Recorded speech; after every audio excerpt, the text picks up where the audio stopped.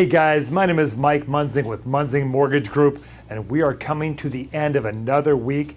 This was kind of a rough one.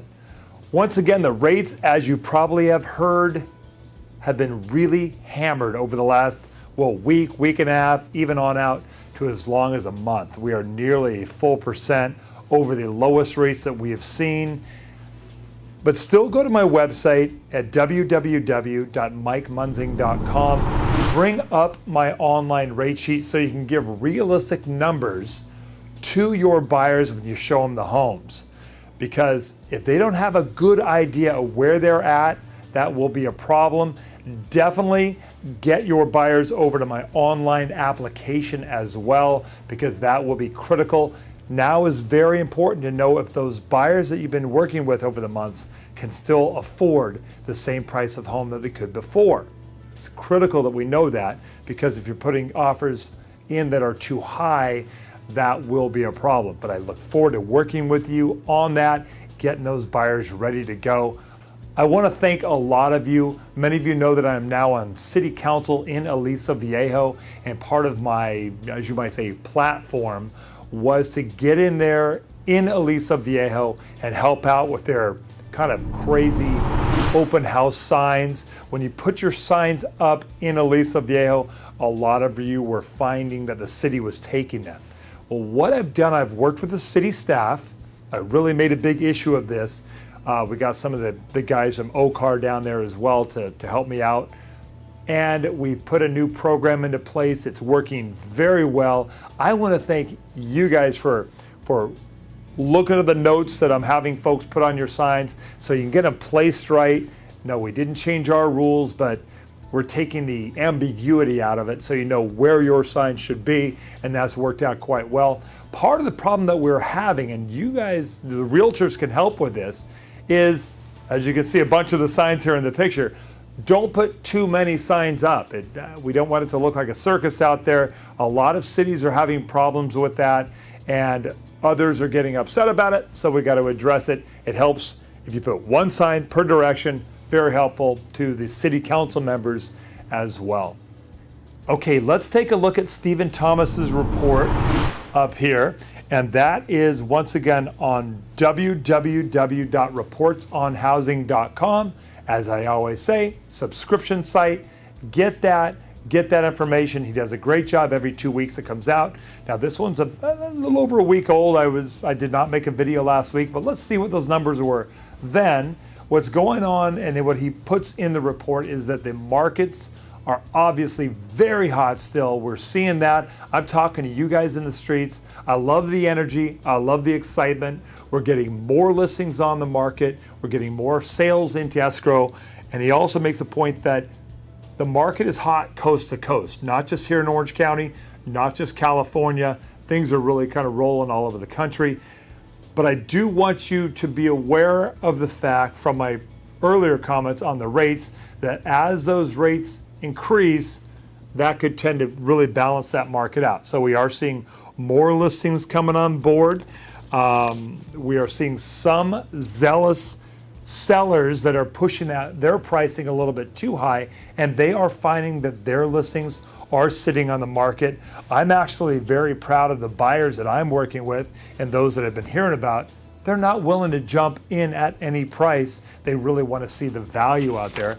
But let's see what's going on with the available listings, the active inventory here in Orange County. This is specifically Orange County.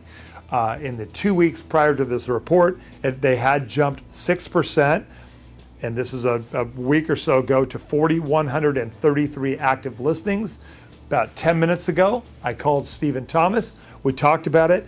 Right now, as of today, the active listings in Orange County are at 4,423 properties.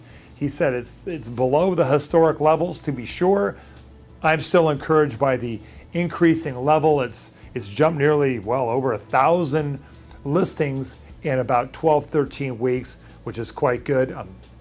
Great job with all the realtors that are out there listing those properties. You're doing great.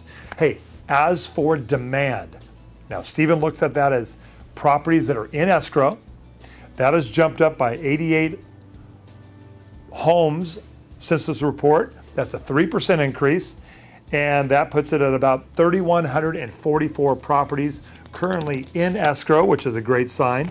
And as for distressed properties, we've seen such a very little increase, about 9 homes increased to about 178 properties. Now that is only 4% of the total listings for the county, and that is actually 13% of the homes that are currently in escrow. As you recall, the numbers were drastically higher than that in the past. What I want to do is point out as well the charts that Stephen has in the back of the report. Very interesting, gives you a clear breakdown, city by city, zip code by zip code, property type by property type. It really gives you that inside track with your buyers and your sellers, so they will know that you're the one that knows what's going on. Okay, I want to touch real briefly. I used to do those foreclosure radar reports all the time. Now they have a new name for it. It's called Property Radar. Foreclosures are not that hot right now. They changed the name to Property Radar. And let's look at some of the charts that they've got here. This first one is interesting. It takes us all the way from 2006 all the way over to the present.